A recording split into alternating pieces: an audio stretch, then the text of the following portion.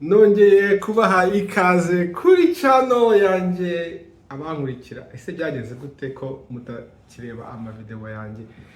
Ndabizi hashize igihe ndakora show ariko ubu ndahari mba mpari, reka mujye mugenda murebe. Hari igihe mbagira ngo murebe izindi video nakoze.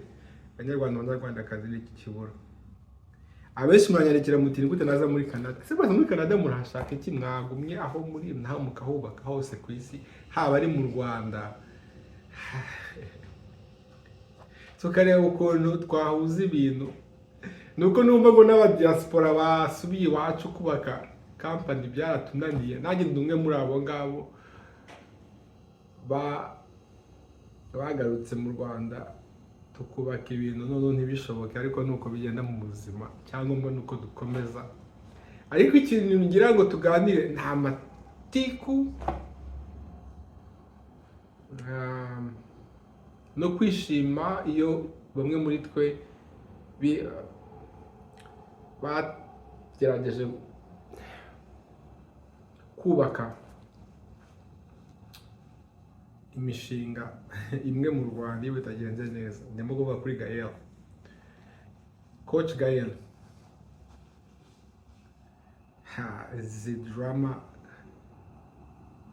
Izi drama ntabwo zoroshye, ntabwo nifuza kujya muri drama, ariko nk'umunyarwanda ukunda u Rwanda wanashoye imari ndetse n'ubushobozi mfite hano mu mutwe, kuko burya tuvuze ngo twashoye muri business tumutekereza imari ntabwo ari amafaranga gusa, n'ubumenyi nabwo ni ngombwa. Cyangwa mujye mureka abazungu bazi. Papa niwe wigeze kumbwira kera nti ntabwo yigeze byagerwa. Papa yari umugabo uzi ubwenge, yaratekerezaga.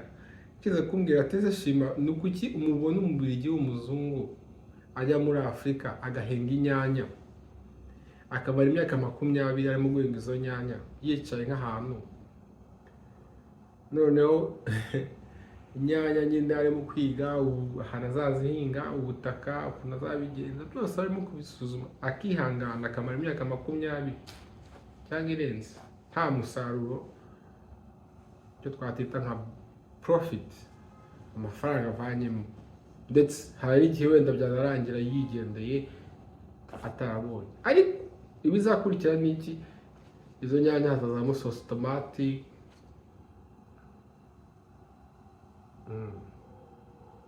cyo nyine numva kibura. Mujye mwibuka inzira, mujye mwibuka process. Afurika ahantu turi ntabwo ari nko muri Canada no mu Rwanda. Ndetse Canada aho ndi ntabwo ari igihugu kirimo kwishaka, cyamaze gutera imbere pe hirya no hino. Mu Rwanda ibihugu byinshi no muri Afurika biracyarimo kwishakisha, ariko u Rwanda ruri mu nzira nziza. Nabona nongeye no gukunda no mu Rwanda iwacu cyane, kuko hatandukanye n'ahandi hantu muri Afurika. N'ubu mu Rwanda bari mu nzira, hari gahunda, hari plan, hari vision. Ariko muri iyo vision niba udakurikiye gahunda uzasigara inyuma. Ariko nanone iyo u Rwanda rugenda ruba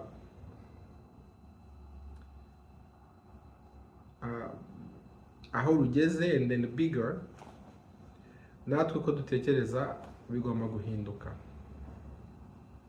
Ntabwo uzavuga uti uzaba part of the vision yo mu Rwanda utavuga Icyongereza, ntibishoboka. I don't see how. Ngewe batembereye n'ahandi mbafite reference, ahandi hano navuga ni hano ukuntu byagenze. Ubwo reference yanjye ni Ubuyapani cyangwa n'ahandi, ariko nkunda Ubuyapani cyane kuko ni igihugu abantu bose bubaha, abantu bose. Muranyumva? Natangiye mvuga nti amatiku ni iki birimo kuba mu Rwanda muri entertainment industry. Niba mutabizi nabigiyemo a little bit. Hari indirimbo nanditse Bruce Melody yakoze, twarahuye turaganira, so ni ibintu nkurikira hafi.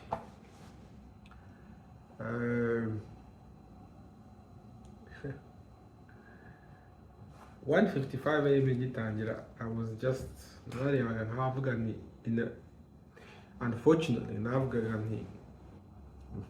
nabonaga ibintu byacu, sinzi impamvu ibintu byacu byabaye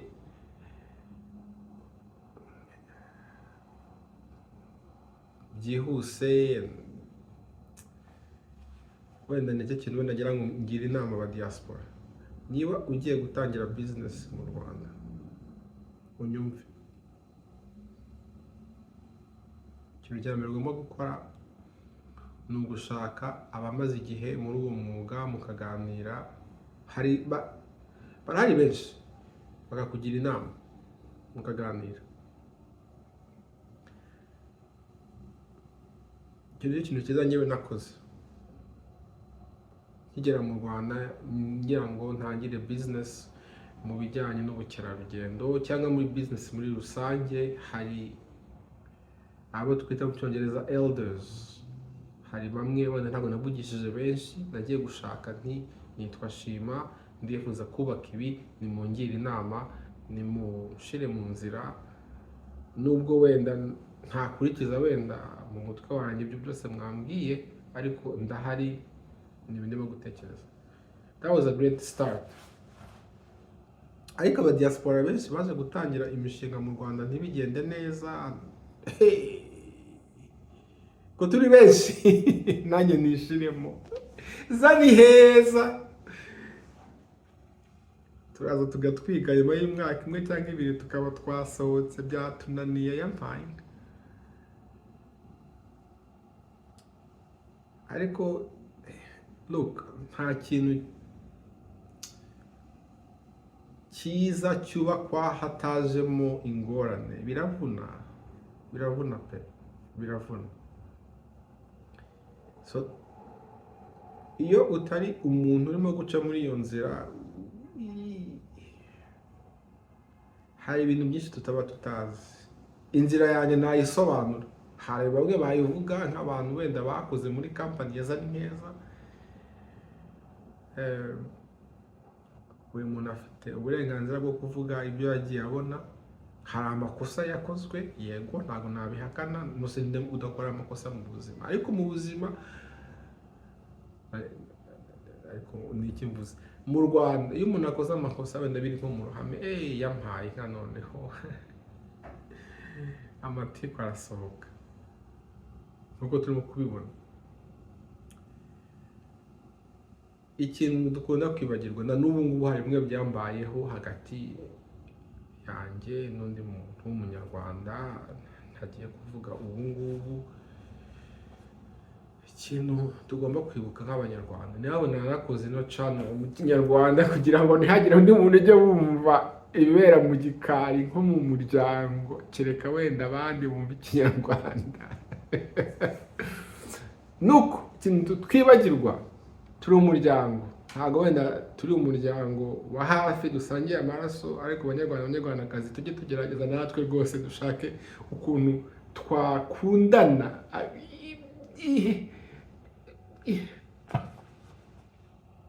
Why? Kuko ibintu byose bihita bijya ahantu ntazi ukuntu bimeze, amashyari, amatiku. I think right now iriya drama turimo kumva irimo kugenda isakuza hirya no hino. Abayirimo bagombye gushaka ukuntu bakwegerana bakaganira, byakwanga se hakaba hari mediator, right? Mediator ni iki? Uwabahuza ngo bicare baganire, bagirane inama, bashaka uburyo babikemura nk'abavandimwe. Kuko abantu batangiye ukuntu batwikaga, ukuntu bakoraga ibintu, mwumva ko tugomba kubaka ibintu birama, bimara igihe, bitamara just 2-3 years bigapfa, imyaka 10, imyaka 5. Kandi ndabizi hari a lot of businesses zimeze neza zimaze imyaka n'imyaka ariko zicecetse. Ariko ahantu turi, everything is built in public. Tubyubaka namwe mureba kugira ngo twigishe abandi bari bazadukurikira, kuko ntabwo uzamenya ukuntu wakubaka zisa n'iheza nubatse utaramenye ibyo nagiye ncamo. Cyane urubyiruko ni ngombwa pe.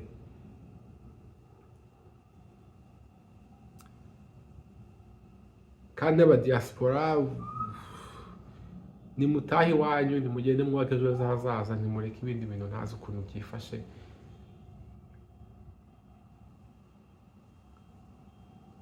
Nuko ngiye mbyumva. wenda mwavuga ibyo muvuga nk'ibisanzwe ariko uzi amagambo abantu bamvugaho narumiwe ngewe shima, ariko namwe bankurikira kandi bankunda nanjye ndabakunda, murakoze, turi kumwe. Uyu kuno kwezi nuje imyaka 47 navuye mu Rwanda myaka 16 byampaye nsaziye hanze y'igihugu, nizeye ko nzabasura wenda nibishoboka. Turi kumwe nawe utaha.